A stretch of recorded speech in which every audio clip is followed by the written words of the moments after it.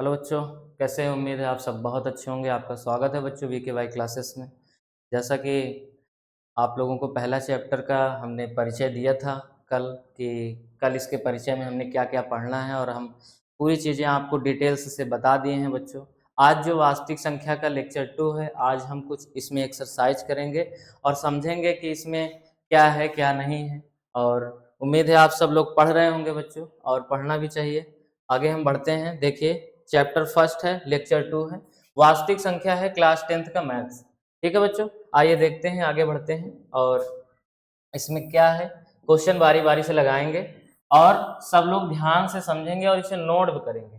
Note करेंगे तो चीजें आपको और आसानी से समझ में आएगी। ठीक है बच्चों, तो क्वेश्चन के पहला क्वेश्चन है, एनसीईआरटी बेस का है। हम पहले ही बता दिए हैं कि हमारा पूरा क्वेश्चन एक एक सिंगल क्वेश्चन आपको बताया जाएगा और एनसीईआरटी से पूरा क्वेश्चन आपका रहेगा। पहला क्वेश्चन ही हमें मिल गया है, निम्नलिखित संख्याओं को अभाज्य गुणनखंड के गुणनफल के रूप में हमें व्यक्त करना है। हम आपके पहले पहले ही हम अभाज्य गुणनखंड या अभाज्य संख्या या भाज्य संख्या, सारी संख्याओं को हम आपको पहले ही बता चुके हैं। हालांकि मैं इसको पहले एक बार थोड़ा सा जल्दी से रिवीजन भी कराऊंगा, फिर क्वेश्चन पे आ जाऊंगा। क्वेश्चन के माध्यम से ही आपका रिवीजन होना शुरू हो जाएगा। ठीक है, समय न खराब करते हम तुरंत अपने क्वेश्चन पे आएंगे बच्चों। देखिए ध्यान से, क्या है क्वेश्चन।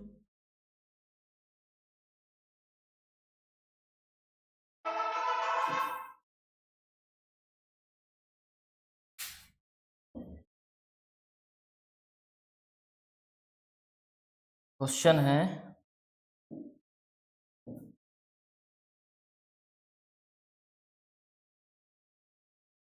हाँ, निम्नलिखित संख्याओं को अभाज्य गुणनफल निम्नलिखित संख्याओं को अभाज्य गुणनखंड के गुणनफल के रूप में हमें व्यक्त करना है। पहला क्वेश्चन है 140। 140 को हमें अभाज्य गुणनखंड के रूप में हमें इसे क्या करना है, व्यक्त करना है।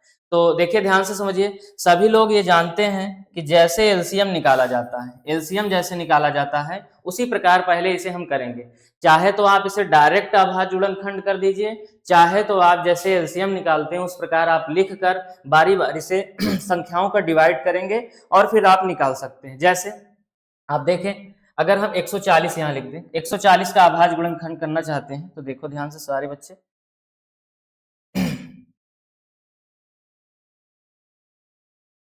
ठीक है, 140 140 का हम अभाज्य गुणनखंड करना चाहते हैं तो 140 का या तो आप ऐसे ही फैक्टर करना शुरू कर दो, या तो आप ऐसे लिख लो कि हाँ 140 ये है, 140 हमने लिखा, यहाँ 140 हमने लिख दिया। अब हम सबसे पहले सबसे छोटी संख्या से डिवाइड करेंगे। किससे करें? 2 से करें। 2 ये कट जाएगा भाई। उसके बाद 2 2 से करेंगे, 2 3 6, एक हासिल गया, 2 पंचे 10। उसके बाद ये क्या 2 से कटेगा? तो 2 से नहीं कटेगा, 3 से कटेगा, 3 से भी नहीं कटेगा, किससे कटेगा? 5 से कटेगा, 5 सते 35 और 7 एकन्नम 7।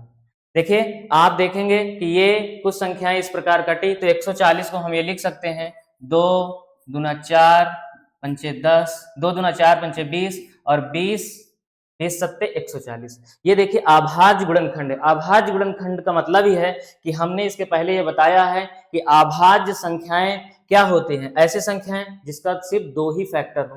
देखिए ये सब 2 से, अगर हम चाहते तो 4 पंचे 20 और 20 सत्ते 140 कर सकते थे, लेकिन हम इसका अभाज्य गुणनखंड किए हैं, इसलिए क्वेश्चन में बोला है कि हमें अभाज्य गुणनखंड करके दिखाना है। ये देखो 140 का हमने फैक्टर कर दिया।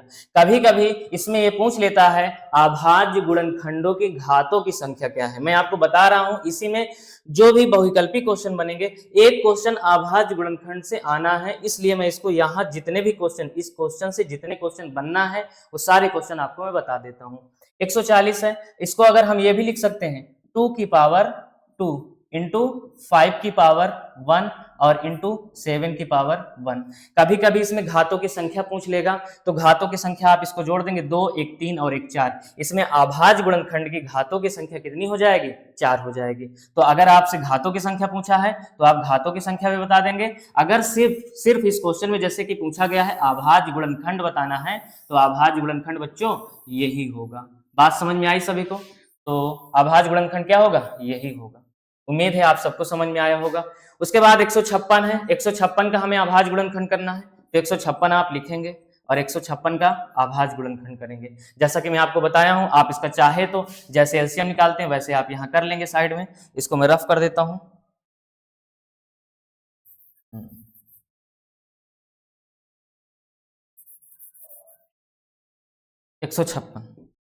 156 देखें सब बच्चे, 156 क्या है? 156 मैंने यहाँ लिखा और 156 का हम फैक्टर करना शुरू कर दिए।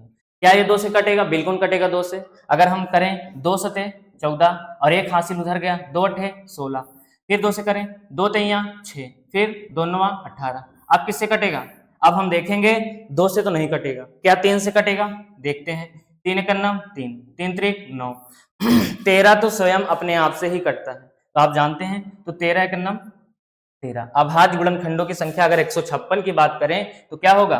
2 दूनी 4, 6 और 6 और 13 आप गुणा कर देंगे, 156 आपका आ जाएगा। उम्मीद है 140 का अभाज्य गुणनखंड, 156 का 38 25। 38 25 का देखते हैं, 38 25 का कितना होगा? यही कर देते हैं साइड में बच्चों। 38 25 का भी हम अभाज्य गुणनखंड करते हैं। यहां लिख लीजिएगा 156 का अभाज्य गुणनखंड तो ये आया है और ये आप लोग नोट कर लेंगे। उसके बाद 38 25 का, हाँ अगर लास्ट में ये देखो, लास्ट में अगर 5 है तो इसका मतलब है ये संख्याएं 5 से ही कटेंगी। या फिर आप इन संख्याओं का लास्ट में अगर 2 4 6 8 या 0 भी आ जाए तो वो संख्याएं 2 से कटती हैं। लेकिन अगर लास्ट में 5 है तो इसका मतलब है ये संख्याएं 5 से कटेगी ही कटेगी। 5 से ट्राई करते हैं बच्चों। अगर हम 5 से ट्राई करें तो कितना हो जाएगा? 5 सते 35 और 35 और 3 38 होता है, 3 उधर गया, 5 छके 30 और 30 और 2 उधर गया, 5 पचे 25। तो ये क्या हो गया? 5 पचे 25। उसके बाद 5 एकन्नम 5 और फिर उसके बाद 5 तैया 15, 5 तैया 15। उसके बाद ये कटेगा 19 से कटेगा क्या? ये 7 से देखो, 7 एकन्नम 7 और 7 नौया 63। उसके बाद ये 19 एकन्नम 19। ये एक बार में ये समझ में आया होगा। तो इसका मतलब है कि 38 25 का अगर गुणनखंड देखें तो 38 25 का जो गुणनखंड बना वो बना 5 गुणे 5 और गुणे 7 और गुणे 19। ये आपका क्या बन गया? अभाज्य गुणनखंड हुआ। बात समझ में आई होगी कि 38 25 का क्या हुआ? अभाज्य गुणनखंड। उम्मीद है आप सब लोग इसको समझ पाए होंगे। उसके बाद हम, ये तो पहला हुआ, उसके बाद ये तो दूसरा हुआ और ये क्या हुआ? तीसरा हुआ। चौथा नंबर क्वेश्चन इसी में देखते हैं। इसमें चौथा 5005 देखते हैं ये किससे कटेगा। तो इसको पहले रफ करते हैं और देखेंगे ये किससे कटेगा।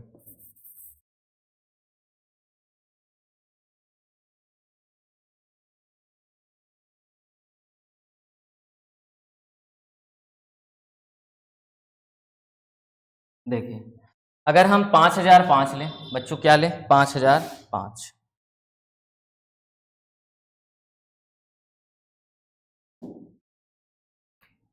काम नहीं कर रहा है क्या?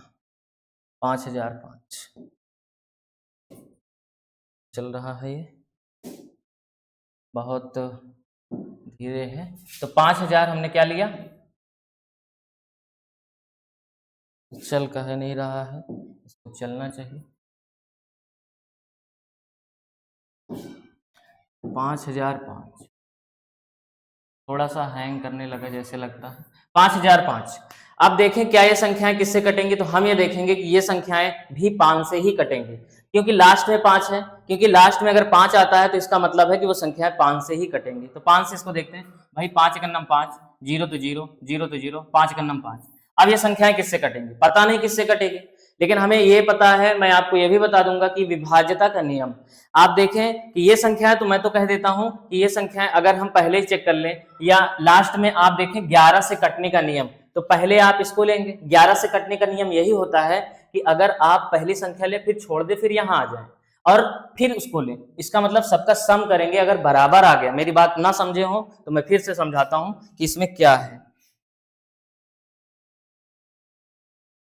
ध्यान से देखो। पहले इसको हम काटें, किससे कटेगा बच्चों? आप लोग बताइए, इसका जवाब दीजिए किससे कटेगा। अगर हम इसको 5 से करें तो 5 से कटेगा, ये 5 से कटेगा कि नहीं कटेगा? 11 से करें, 11 से करते हैं। 11 से आपको देखें, अगर 11 से कटेगा तो 11 से देखते हैं, 11 से कटेगा कि नहीं? देखो 11 से ही आपको बताते हैं, अगर ये 11 से कट रहा है कि नहीं पहले चेक करते हैं। क्या ये 11 से कटेगा? तो हम देखें 11×99, ये 100 है ना, 11×99 और एक हासिल उधर गया तो 11 का नाम 11। अब देखें, अब समझ में आ गया होगा किससे कटेगा। फिर अगर देखें 91, तो 91 तो आप सब जानते हैं कि 13 के टेबल में है, तो आप 13 से भी डिवाइड कर सकते हैं, 13 सते 91 और 7 भी इधर आ गया, क्योंकि हमें मालूम नहीं है कि पहले संख्याएं किससे कटेंगी, इसलिए हम 11 से इसको किए, अब 13 से कर दिए, फिर 7 से कर दिए। कुल मिला के ये जानते रहो कि अगर लास्ट में कोई संख्याएं 5 आती है तो हम उसको पहले 5 से डिवाइड करेंगे। इसके बाद ये 1001 हमें समझ में तो नहीं आ रहा है कि किससे कटेगा, तो आप ये समझिए कि आप विभाज्य, क्योंकि 2 से भी नहीं कटेगा, 3 से भी नहीं कटेगा, इसका मतलब यह है कि हम कुछ ऐसी संख्याएं लें, मतलब अभाज्य संख्याएं, जिससे हम डिवाइड करें। हमने सोचा कि 11 से डिवाइड करते हैं, तो 11 से डिवाइड किया तो 11×99, 11 का नाम 11, फिर 13 से, 13 का टेबल 91 में आप जानते हैं आता ही है। तो 5005 इसका अगर फैक्टर बना तो पहले क्या बनेगा बच्चों, इसका बनेगा जो फैक्टर 5 गुणे 11 गुणे 13 गुणे 7। आप आगे पीछे भी कर सकते हैं, 5 गुणे 7 गुणे 11 गुणे 13, ऐसे भी आप कर सकते हैं। उम्मीद है ये आपको समझ में आया होगा और आप लोगों के लिए एक होमवर्क हो चुका होगा। क्या? 7429। आप लोग इसको कमेंट्स बॉक्स में बताएंगे 7429 का कितना फैक्टर होगा, ये सारे बच्चे कमेंट्स बॉक्स में जवाब देंगे, ठीक है।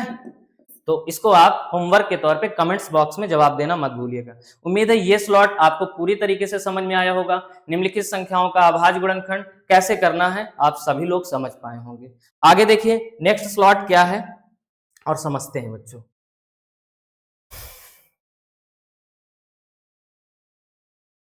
हाँ, ये क्वेश्चन आया, देखिए ये क्वेश्चन क्या है, ध्यान से सभी लोग समझ लें।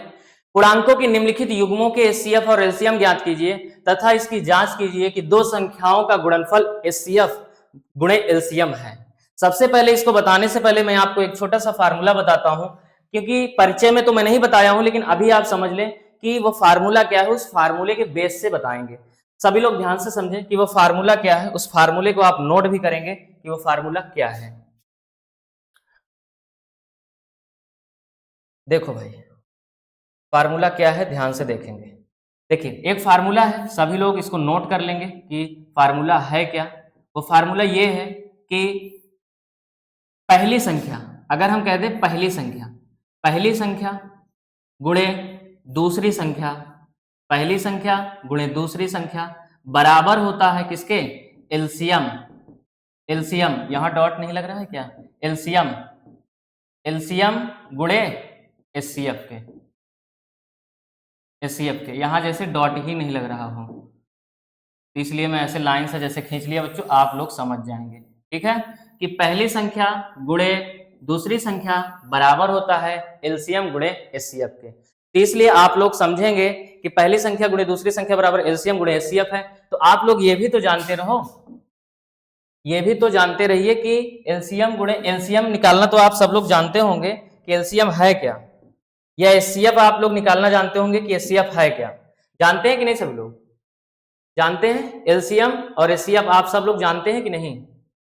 तो पहले तो आप समझ लें कि एलसीएम की मीनिंग क्या है या एचसीएफ की मीनिंग क्या है। आप लोग समझ लें कि एलसीएम को हम कहते क्या है, एलसीएम को हम कहते क्या है? एलसीएम को हम कहते हैं lowest lowest common lowest common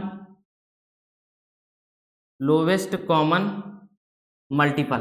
क्या कहते हैं? Lowest common multiple. ये है एलसीएम का मतलब और अगर एचसीएफ का मतलब समझें कि एचसीएफ का मतलब क्या है, तो एचसीएफ का भी मतलब आप लोग समझें। एचसीएफ का मतलब है हाईएस्ट हाईएस्ट कॉमन फैक्टर। ये है एचसीएफ का मतलब। सारे बच्चे इसको समझें और इसका मीनिंग भी आप लोग जानते रहें। अब कुछ लोग नहीं जानते होंगे कि एलसीएम कैसे निकालें या एचसीएफ कैसे निकालें, तो मैं उसको आपको बताऊंगा। इसी क्वेश्चन के माध्यम से आप लोग समझ पाएंगे कि एलसीएम और एचसीएफ कैसे निकाला जाएगा। तो ये आप समझ पाए कि फार्मूला क्या है और इसका मतलब भी आप लोग समझ पाए हैं। तो आप क्या करते हैं, क्वेश्चन पढ़ते हैं, पूर्णांकों के निम्नलिखित युग्मों के एचसीएफ और एलसीएम ज्ञात करना है और इसकी जांच कीजिए कि दो संख्याओं का गुणनफल बराबर है एलसीएम गुणे एचसीएफ के। यहाँ बराबर होगा, बराबर है एलसीएम गुणे एचसीएफ के। इसलिए आइए देखते हैं बच्चों इसमें क्या है, सॉल्व करते हैं क्वेश्चनों को।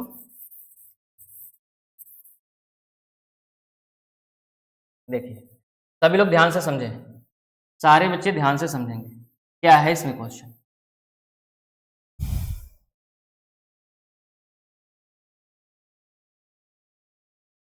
चलो इस बार हम कुछ दूसरा कलर लेते हैं और कलर लेंगे कुछ दूसरा ही। चलो ब्लू लेते हैं। देखिए बच्चों, सबसे पहले हम 26 और 91 का एलसीएम निकालेंगे, उसके बाद हम एचसीएफ निकालेंगे। एलसीएम निकाल लेंगे, एचसीएफ निकाल लेंगे, तब आगे की बात होगी।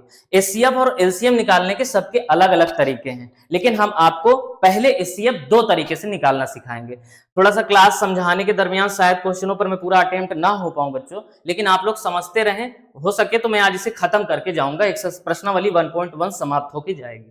देखिए बच्चों, सबसे पहले अगर हम 26 और 91 का 26 और 91 26 और 91 का हमें इसका क्या निकालना है, हमें इसका एलसीएम भी निकालना है और इसके एचसीएफ भी निकालने हैं। तो अगर हम पहले इसको एचसीएफ निकालना सीखें या एलसीएम निकालना सीखें। एलसीएम तो आप जानते हैं, 26 और 91 का एलसीएम आप सब लोग जानते हैं कि सर 26 और 91 मैं यहां अगर लिखूं कॉमन करके और इसका हम क्या कर लें, गुणनखंड कर लें, या फिर आप फैक्टर से ही कर लो। पहले आप इसको फैक्टर 26 फैक्टर गुणनखंड जानते हैं कि नहीं, इसको आप लिख सकते हैं क्या 2 से और 13 दूनी 26 हो जाएगा कि नहीं। उसके बाद 91 91 आया, उसके बाद यहां किससे कटेगा, यहां तो मैं कहता हूं 7 गुणे 13 13 सत्य 91 होता है कि नहीं, और 7 गुणे 13 13 सत्य 91। इसका मतलब यह है कि जो दोनों में मिल गया, दोनों में जो मिला वही क्या है, एचसीएफ है। तो इसलिए हम ये कह देंगे कि जो अपना एचसीएफ आया है वो एचसीएफ कितना है, एचसीएफ आया है 13। एचसीएफ कितना आया है, एचसीएफ आया है 13। अगर हम एलसीएम की बात करें तो इसी में एलसीएम भी आप समझ लो। अभी मैं एलसीएम भी इसी में समझा देता हूं सभी को कि इसमें एलसीएम क्या है। ध्यान से देखो, एलसीएम एलसीएम क्या है, ध्यान से देखो। अगर इसमें जो मिल रहा है आप लोग इसको नोट कर दो, एलसीएम निकालने के लिए बता रहा हूं बच्चों, ध्यान से समझना। जो मिल रहा है उसको एक बार नोट कर दो और जो नहीं मिल रहे हैं उसको सबको नोट कर दो। जो मिल रहा है उसको एक बार नोट करो, जो नहीं मिल रहे हैं उसको सबको नोट कर दो। इसका गुणा करो, 13 दूनी 26 और 26 सत्ते आप जानते हैं, गुणा कर लो 26 सत्ते 7 छंग 42 के 2 हासिल लगे 4, 7 दूनी 14 और 14 4 18, 26 सत्ते आप सब लोग जानते हैं 182। इसका मतलब है जो एलसीएम आया है वो एलसीएम कितना आया है, 182 आया है। एलसीएम 182 आया है, एचसीएफ 13 आया है। तो क्वेश्चन तो यही कह रहा है ना कि 26 और 91 का हमें एचसीएफ निकालना है और 26 और 91 का हमें एलसीएम निकालना है। और निकालने के बाद हमें ये बताइए क्या पहली संख्या गुणे दूसरी संख्या के बराबर है कि नहीं, एलसीएम और एचसीएफ। तो पहली संख्या कितनी है ये देखो, पहली संख्या हम देखेंगे, पहली संख्या है भाई 26 और दूसरी संख्या कितनी है, दूसरी संख्या कहोगे 91 है। और एलसीएम गुणे एचसीएफ, एलसीएम हमने निकाला है कितना 182 और एचसीएफ हमने निकाला है 13। एचसीएफ कितना निकाला है, एचसीएफ हमने निकाला है 13। अब इसका गुणा करना है, गुणा कर लें क्या, अगर इसके बराबर आ गया तो इसका मतलब है कि हम इसको वेरीफाई भी कर लिए, वेरीफाई कर लिए। तो इसका गुणा करते हैं, 26 और 91 का बच्चों आप गुणा कर लेंगे और 100 इकाई अंक से आप पहचान भी लेंगे कि क्या होगा। आप इसको गुणा कर लें, 26 और 91 का गुणा करें बच्चों।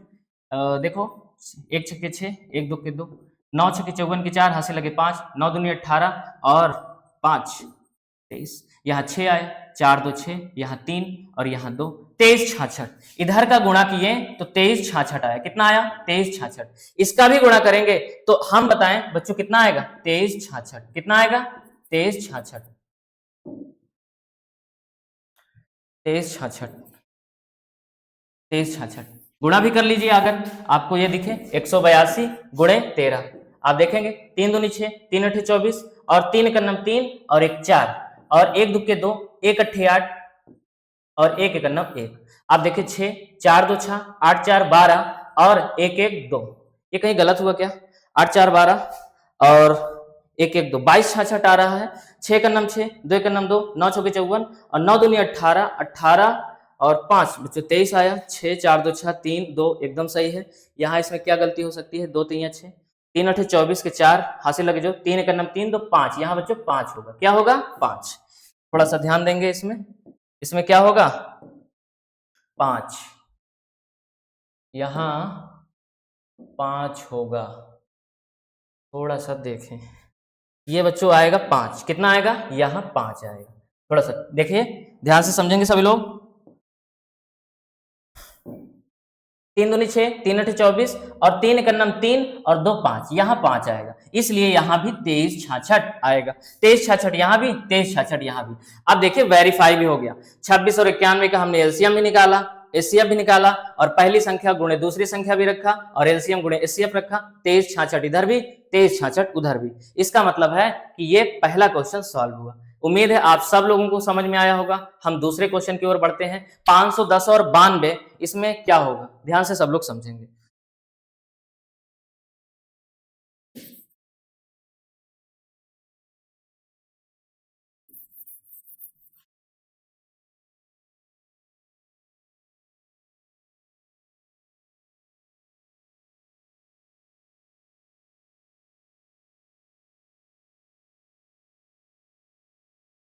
चलो चलो देखो बच्चों, ध्यान से समझे सभी लोग। इसमें भी क्वेश्चन है और इस क्वेश्चन को भी आप सब लोग समझेंगे। अब देखिए, एचसीएफ निकालने का मैंने तो आपको गुणनखंड विधि से भी बता दिया है। अब क्या है कि क्वेश्चन में कभी कभी कुछ बड़े वैल्यू भी आएंगे। जब बड़े वैल्यू आते हैं तो उसमें समस्याएं होती है, जैसे 510 और 92। इसका हमें क्या करना है? अब इसका एचसीएफ निकालने के लिए हमें थोड़ा सा कैलकुलेशन की ओर बढ़ना पड़ेगा। जैसे आप लोग ध्यान से समझें, अगर 510 और 92, 510 और 92, इसका हम क्या करें? एलसीएम निकालें। क्या निकालें? एलसीएम। तो एलसीएम निकालने के लिए सबसे पहले हम क्या करना पड़ेगा? हमको इसको हमें 2 से भाग देना पड़ेगा।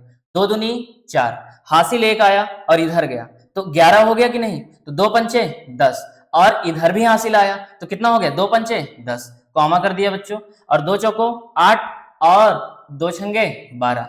अब ये कटेगा? ये 2 से नहीं कटेगा। क्यों? यहां तो 5 आ गया। इसका मतलब ये है कि ये 2 से अब नहीं कटेगा। तो हम इसे क्या करेंगे? इसको 5 से काटें। किससे काटें? बताओ बच्चों सभी लोग, किससे काटें इसको? ये किससे कटेगा? 2 दूनी 4 हो गया, 2 पंचे 10 हो गया, 2 पंचे 10। अगर हम एलसीएम निकालते हैं तो ये शायद अब किससे कटेगा? 23 से काटे इसको, क्योंकि मुझे लगता है कि 23 से ही कटेगा। अगर हम 23 से भाग दे दें इसमें, किसमें? 255 में, तो आप देखें 23 एकन्नम 23, 5 में से 3 गया 2, और यहां भी 5 आया। इसका मतलब ये भी नहीं कट रहा है। इसका मतलब है ये क्या होगा? सभी लोग ध्यान से समझे। 2 दूनी 4, 2 पंचे 10, 2 पंचे 10। आप देखें यहाँ कहीं कुछ गड़बड़ है क्या बच्चों? 2 छंगे 12। तो चलिए, नहीं कटेगा तो कोई बात नहीं, हम 2 से ही करेंगे अपना। ये ना कटे, ना कटने तो कोई दिक्कत नहीं। अब नहीं कट रहा है तो ना कटे, ये तो कटेगा, और ये 23 से कटेगा, ना कटे कोई बात नहीं। अब ये किससे कटेगा? 5 से कटेगा। 5 पचे 25, 5 का नाम 5, काम खत्म। ये कटेगा, ये कटेगा। कैसे कटेगा? 3 से काट दें। 3 का नाम 3, कैरी कितना आया? 2, 3 सते 21, 3 सते 21, ये 1 आया। 17 का नाम 17। आप देखेंगे कि हमने एलसीएम निकालने के लिए 2 दूनी 4, अगर हम इसका एलसीएम निकालें तो बड़ा ही लंबा कैलकुलेशन गया बच्चों, और इसका एलसीएम बहुत कैलकुलेशन भी गया। तो इसे हम लिख देंगे 2 2 दूनी 4 गुणे 23 और गुणे यहाँ 5 और गुणे 3 और गुणे 17। ये एलसीएम निकालने का तरीका होगा बच्चों। आप इसका गुणा कर लेंगे तो आपका एलसीएम आएगा, और उसके बाद अगर इसी संख्याओं का एचसीएफ अगर आप निकालेंगे, गुणा करने पर इसका एलसीएम आएगा बच्चों, ये क्लियर है। उसके बाद इसी संख्याओं का हम एचसीएफ निकालें, किसका? 510, 510 और किसका? 92 का हम एचसीएफ निकालने जा रहे हैं। तो इसको 510 और 92 का एलसीएम निकालने के लिए आप एक काम करेंगे। काम ये करना है कि हम इसे भाग विधि से निकालेंगे, फैक्टर विधि कुछ बड़े हो जाएंगे। तो फैक्टर विधि से इसे नहीं निकालकर हम किससे निकालेंगे? भाग विधि से निकालेंगे। किससे निकालेंगे? भाग विधि से। भाग विधि से कैसे इसको सॉल्व करना है सभी लोग ध्यान से देखेंगे, और आएगा भी इसका उत्तर। कितना आएगा देखते हैं सभी लोग। देखिए, अगर हम 92 लिख दिए और इधर हमने लिख दिया 510, कितना लिख दिया? 510। आप देखिए किससे कटेगा? 92 का अगर हम इसमें भाग दें, 92 का अगर हम 510 में भाग दें, कितनी बार जाएगा? कितनी बार जाएगा बताओ बच्चों? 5 बार पहले ट्राई करें, 5 बार। अगर हम 5 बार ट्राई करते हैं, पहले देखें, 5 दूनी 10 और 5 9 45 और एक कितना? 46। 5 9 45 ना बच्चों, 46 क्यों होगा? 46 क्यों होगा? गलत, गलत है।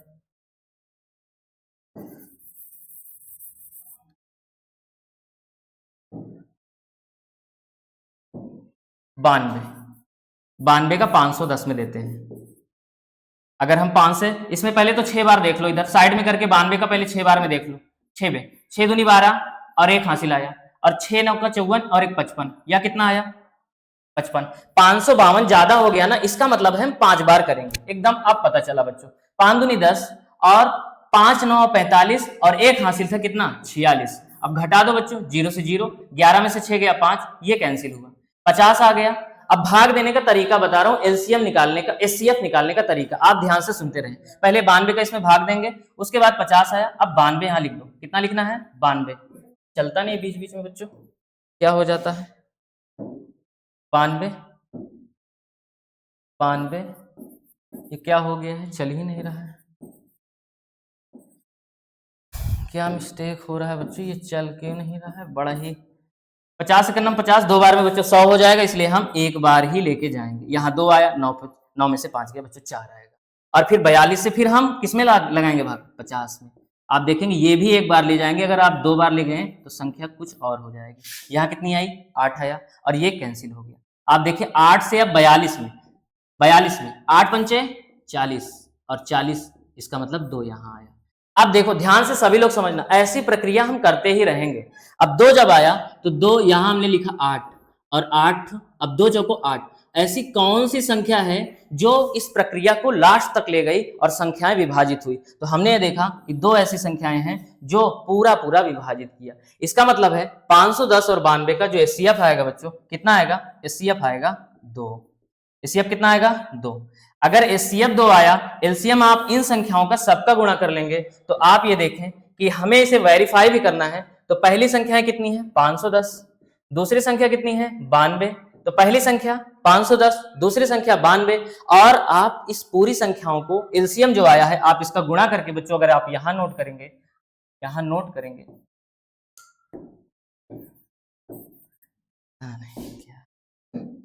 गुणा करके यहां नोट करेंगे, ये पता नहीं इसमें क्या मिस्टेक हो जाता है कि बार बार चल ही नहीं रहा था। 510 का अगर इसमें पूरा एलसीएम में गुणा करेंगे और फिर उसके बाद एचसीएफ भी आप गुणा करेंगे, तो आप ये देखेंगे कि दोनों संख्याएं आपस में बराबर पाएंगे। इसके पहले जैसे हमने क्वेश्चन बताया था, सिमिलरली सेम वैसे ही क्वेश्चन है कि आप इसका इसमें गुणा करेंगे, और पहले इन सारे क्वेश्चनों का गुणा करना आप सब लोग जानते होंगे, इसलिए इन सारी क्वेश्चनों का आप गुणा करके यहाँ लिखेंगे फिर 2 से, तो देखेंगे जो ये इधर की संख्याएं हैं और उधर की संख्याओं के बराबर आएंगी। जैसे हमने पहले क्वेश्चन किया था 26 और 91 का, सिमिलरली वैसा है। उम्मीद है आप सब लोगों को समझ में आया होगा, और कमेंट्स बॉक्स में इस क्वेश्चन का आप लोग सभी लोग ये जवाब देंगे कि इसका उत्तर कितना आएगा, सभी लोग बताएंगे, सभी लोग बताएंगे कमेंट्स बॉक्स में, सिर्फ फाइनल, हालांकि वेरीफाई नहीं कर सकते, लेकिन आप इसका एचसीएफ और एलसीएम बताएंगे कितना आएगा, एचसीएफ बताएंगे और इसी का एलसीएम बताएंगे कमेंट्स बॉक्स में। ठीक है बच्चों, तो उम्मीद है ये दूसरा क्वेश्चन भी आपको समझ में आया होगा। आगे बढ़ते हैं, आगे कौन सा क्वेश्चन है,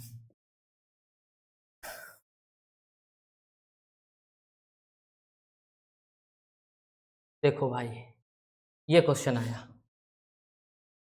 अभाज्य गुणनखंड विधि द्वारा निम्नलिखित पूर्णांकों के एचसीएफ और एलसीएम निकालना है हमें इसमें अभाज्य गुणनखंड विधि द्वारा, इसमें हमें टर्म्स और कंडीशन लगा दिया है बच्चों, इसलिए आप लोग ध्यान से समझें कि अभाज्य गुणनखंड विधि द्वारा हमें एलसीएम और एचसीएफ कैसे निकालना है। सभी लोग ध्यान से समझें, और जो भी चीजें आपको ना समझ में आए आप कमेंट्स बॉक्स में जरूर उसको बताएं। क्वेश्चन नंबर दूसरा या पहला जो भी आपको ना समझ में आया जरूर बताएंगे। वैसे उम्मीद है आप सब लोगों को समझ में आया होगा। तीसरा क्वेश्चन देखते हैं क्या है इसमें।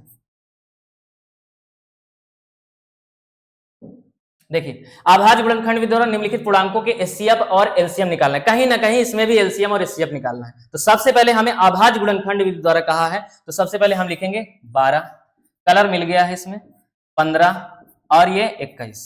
सबसे पहले हम क्वेश्चन ये लिख दिए, इसका फैक्टर कर लेते हैं। फैक्टर कर लिए, 2 दूनी 4 और 23 12, बिल्कुल सही। 3 5 15 होगा, और क्या होगा, इससे ज्यादा तो कुछ होगा ही नहीं, बस इतना ही तो लिखा जाएगा। उसके बाद 3 7 21।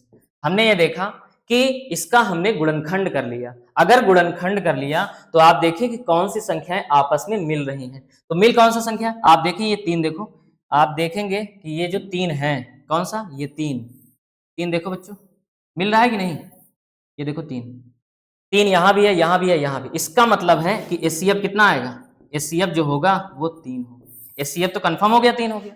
अगर एलसीएम इसी का निकालना है तो एलसीएम भी इसी में निकाल सकते हो। एलसीएम कैसे निकालेंगे, एलसीएम कैसे निकालेंगे, सभी लोग ध्यान से समझो। जो संख्याएं मिल रही हैं आप उसको एक बार नोट कर लो, जो संख्याएं नहीं मिल रही हैं आप उन सारे क्वेश्चनों को, सारी संख्याओं को नोट करेंगे। तो यहां देखो 2, और फिर ये देखो 2, उसके बाद ये 5 भी है, उसके बाद ये 7 भी है, इनका गुणा कर लो, 3 दूनी 6, 6 पंचे 30 और 30 सत्ते 210, बिल्कुल यही आएगा। 3 आया इसका एचसीएफ और एलसीएम आया 210। उम्मीद है आप सब लोगों को समझ में आया होगा। क्वेश्चन नंबर दूसरे की बारी है और दूसरा नंबर बताएंगे आप सब लोग देखें कैसे होगा।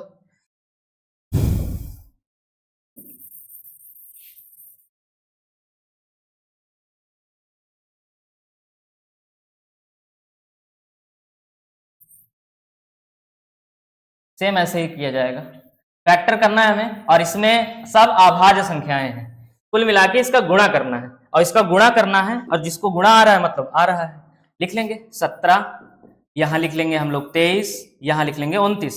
हमने इसके पहले वाले वीडियो में हम बताए हैं, अगर आप लोग नहीं देखे तो सभी लोग देखिए पहला वाला वीडियो, कि उसमें हमने इसका परिचय कैसे बताया है।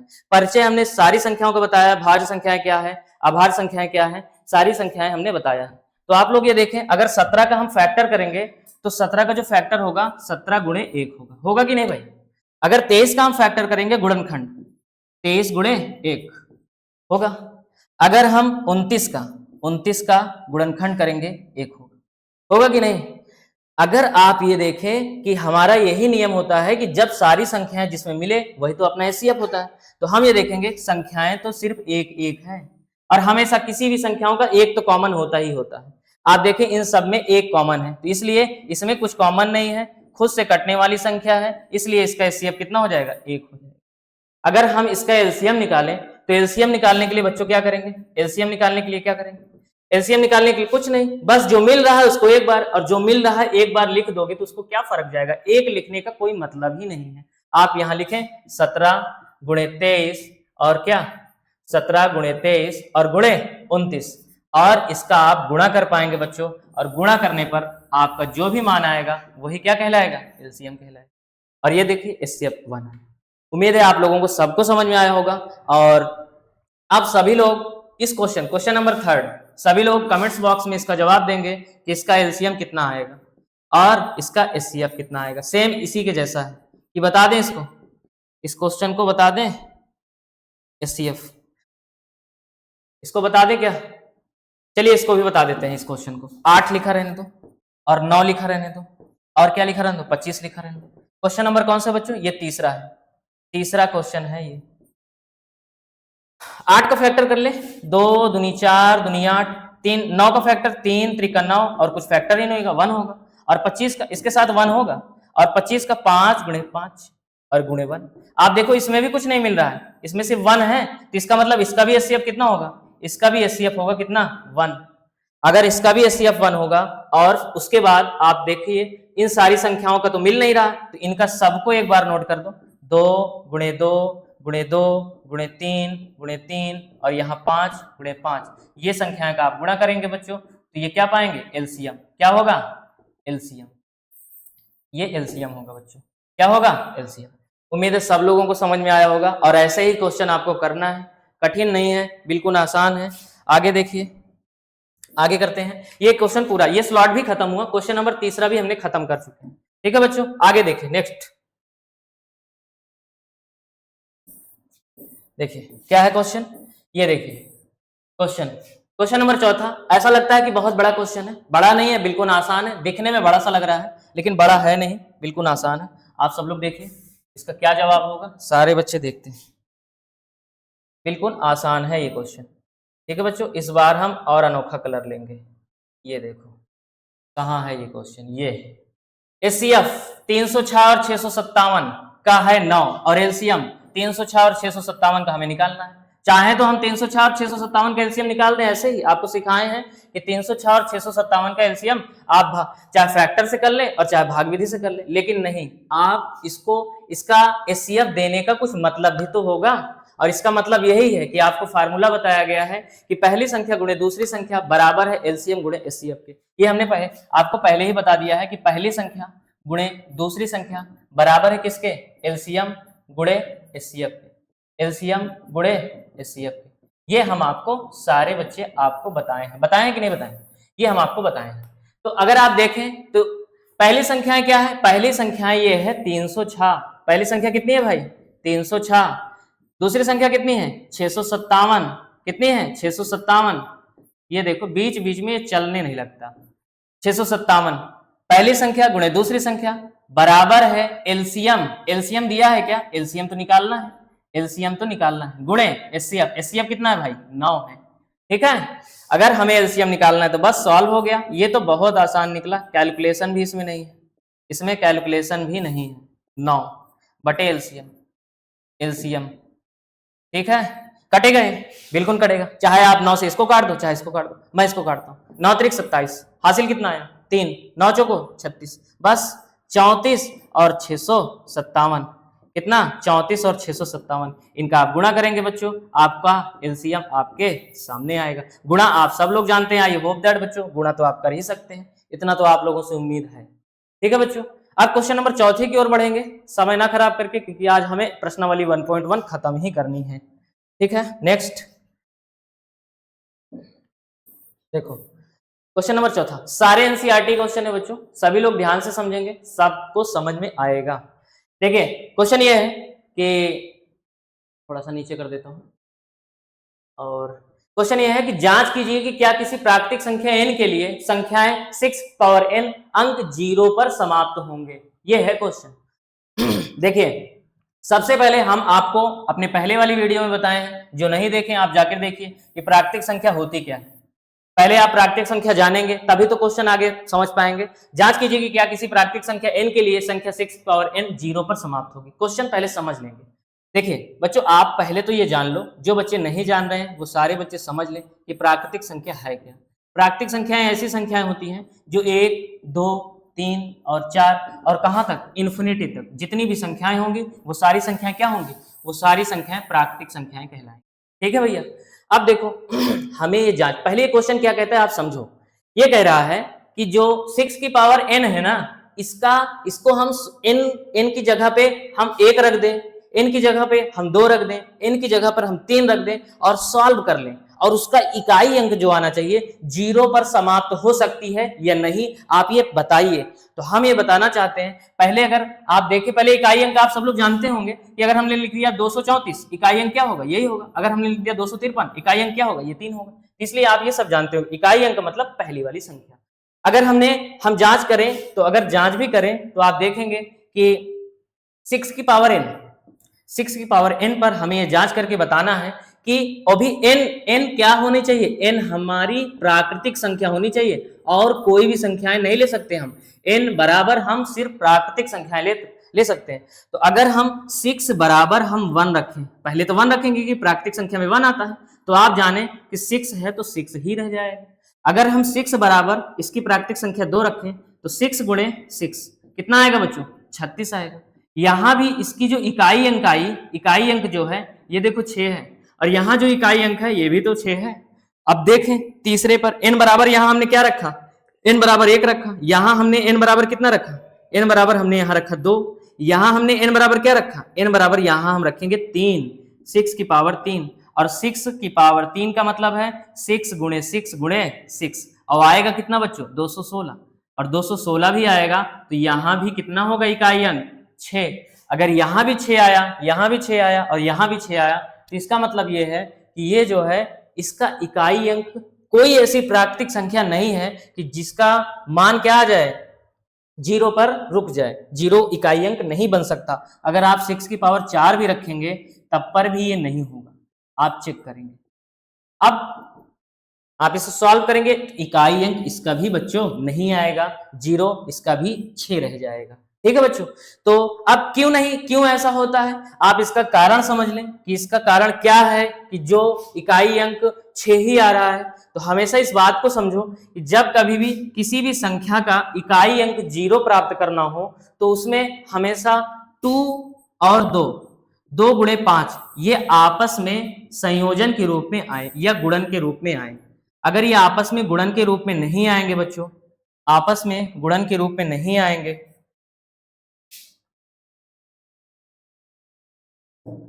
क्या हो रहा है बीच बीच में,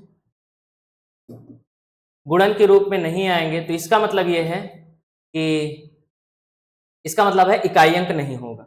अगर 2 और 5 आपस में गुणन के रूप में आएंगे तभी इकाई अंक 0 होगा, अदरवाइज 0 नहीं होगा। तो आप यहां लिखेंगे कि यहां अगर इसका कंक्लूजन लिखना है कि क्यों ऐसा होगा, क्योंकि यहां आप ऐसे लिख सकते हैं कि कभी इन संख्याओं में 2 और 5 का गुणन के रूप में ना होने के कारण इन संख्याओं की इकाई अंक 0 नहीं हो सकती। उम्मीद है बच्चों ये बात आप लोगों को समझ में आई होगी। आगे बढ़ते हैं, आगे क्या है नेक्स्ट देखते हैं। देखिए ये व्याख्या कीजिए कि 7 गुणे 11 गुणे 13 गुणे 13 प्लस 13 और 7 गुणे 6 गुणे 5 गुणे 4 गुणे 3 एंड सो ऑन भाज्य संख्या है क्यों है, भाज्य संख्या है क्यों है, ये हमें बताना है। भाज्य संख्या है तो क्यों है, इसे हमें जवाब देना है बच्चों। तो ये आप सब लोग देखें कि भाज्य संख्या है तो क्यों है। देखो भाई याद कीजिए, भाज्य संख्याएं हम आपको बताए हैं, अगर आप नहीं समझे हैं तो एक बार और समझ लें कि भाज्य संख्या क्या है। हमने ये बताया है कि ऐसी संख्याएं जिसके 2 से ज्यादा गुणनखंड हो वो सारी संख्याएं भाज्य संख्याएं कहलाएंगी। तो हम इसको चेक करते हैं कि वो सारी संख्याएं भाज्य संख्याएं कहलाएंगे। जैसे कि अगर हम देखें 4 है भाज्य संख्या, 6 है, 8 है, 10 है, इनका अगर आप गुणनखंड करेंगे बच्चों तो क्या होगा, 2 से ज्यादा गुणनखंड होगा। 2 से ज्यादा गुणनखंड होगा तो इसका मतलब ये है भाज्य संख्याएं होंगी। उम्मीद है आप लोगों को भाज्य संख्या में, हालांकि जिसे नहीं समझ में आया यहाँ मैं तो रिवीजन करा दिया, लेकिन अगर आपको नहीं समझ में आया तो इसके पहले जो वीडियो है वास्तविक संख्या की, उसमें ये सारी संख्याओं के विषय में मैंने आपको बताया है, आप लोग वहां जाकर देख लें। आप देखो नेक्स्ट, इसको हमें सॉल्व करना है। अब आप लोग इस बात को समझें कि जब कभी भी किसी संख्याओं का कॉमन लिया जाता है तो हमेशा वो तो या तो प्लस में रहे या तो माइनस में रहे। कॉमन कभी इंटू में नहीं हो सकता कि इंटू में रहे और हम कॉमन ले लें, नहीं, हमें या तो वो प्लस में रहे या तो माइनस में रहे तब हम कॉमन लेंगे। आप इस क्वेश्चन को अगर देखें तो अगर इसे हमें सॉल्व करना है तो आप देखें, अगर हम 7, पहला क्वेश्चन ये है, इसमें 2 क्वेश्चन छुपे हुए हैं। पहला क्वेश्चन ये है, हमें ये बताना है कि ये भाज्य संख्या है या नहीं, और उसके बाद हमें इसको भी बताना है क्या ये भाज्य संख्या है कि नहीं। तो ये हमें चेक करके बताना है। पहले क्वेश्चन को हम ये देखते हैं, इसी में 7 गुणे 11 गुणे 13 और यहाँ प्लस 13। आप देखें यहां देखो इंटू में, हमने कहा अगर इंटू में है तो वो भाज्य संख्याएं वो कॉमन नहीं ले सकते। अगर इंटू में है तो यहां तक तो इंटू में है, हम कॉमन नहीं ले सकते। यहां प्लस में है, अगर प्लस में है तो मतलब ये तो अपना एक पोर्शन हुआ और ये अपना एक पोर्शन हुआ। समझ में आ रहा है कि नहीं, अपना एक पोर्शन और ये अपना एक पोर्शन हुआ। इनमें से जो यहां है वो यहां भी है। देखो यहां कौन सी ऐसी संख्या है जो यहां है, हम देखें यहां 13 है तो यहां भी देखो 13 है, तो 13 अगर है तो 13 हम कॉमन ले लेते हैं। और यहां बचा कितना, 7 गुणे 11 और यहां कुछ नहीं। अब यहां प्लस, यहां क्या बचा, ओनली 1। बच्चों कॉमन लिया तो 1 ही बचेगा। अब देखो 13 लिखा रहने दो और यहां 11 सते 77 और 1 78। बच्चों आप देखें कि अगर 2 फैक्टर हो गए हैं, 2 फैक्टर हुए ना, ये भी तो फैक्टर होगा। अगर आप इसको देखें तो 13 और ये कितना हो गया, ये तो आप समझे किसी भी संख्याओं के साथ 1 रहता है। आप देखें मैंने इसको बताया है, 2 से ज्यादा गुणनखंड होंगे क्या, या आप इसका फैक्टर ही ना करो, 78 का फैक्टर ही ना करो। आप देखो 13 गुणे 78 और 1 तो रहेगा ही, तो इसका मतलब 2 से ज्यादा गुणनखंड हो गए। अगर 2 से ज्यादा गुणनखंड हो गए तो इसका मतलब ये संख्या क्या है, ये संख्याएं भाज्य संख्या है। क्या है, भाज्य संख्या है। उम्मीद है आप लोगों को ये समझ में आया होगा। आगे देखो 7 गुणे 6 गुणे 5 गुणे 4 गुणे 3 गुणे 2 गुणे 1 और प्लस 5। इसमें देखो यहां तक का तो एक स्लॉट है, यहां तक का एक स्लॉट है, ये क्या है, एक स्लॉट है। इनमें देखो, इनमें जो यहां तक में कौन सी ऐसी संख्या है जो यहां है, तो आपको दिखाई दे रही होगी कि देखो भाई ये तो 5 है, ये देखो यहां 5 है, इसका मतलब है 5 यहां भी 5 यहां बाहर निकालो। अब बचेगा क्या, 7 गुणे 6 गुणे 4 गुणे 3 और यहां 2 और यहां क्या बचे, प्लस 1। काम खत्म। अगर आप इनका गुणा करेंगे तो 5 और इनका गुणा करेंगे कितना होगा, 2 तो यहाँ 6, 6 चौको 24 और 7 छंगा 42, 42 और 24 का गुणा कर लो भाई, 4 दूनी 8। अब 24 का हम 42 बार में तो टेबल पढ़ नहीं पाएंगे, ऐसे ही गुणा करना पड़ेगा। 4 दूनी 8 और 4 चौको 16, ये और 2 दूनी 4 और 2 चौको 8, यहाँ 8 आया, 6 4 10 और 8 1 9 और बच्चों यहाँ 1 दे 10 आया कि नहीं। और यहाँ आप देखो भाई 1008 मिला अपने को, और ये देखो यहाँ एक तो और छुपा है, और एक अगर आप जोड़ दो, एक अगर आप जोड़ दो तो ये आएगा कितना, 9 हो जाएगा।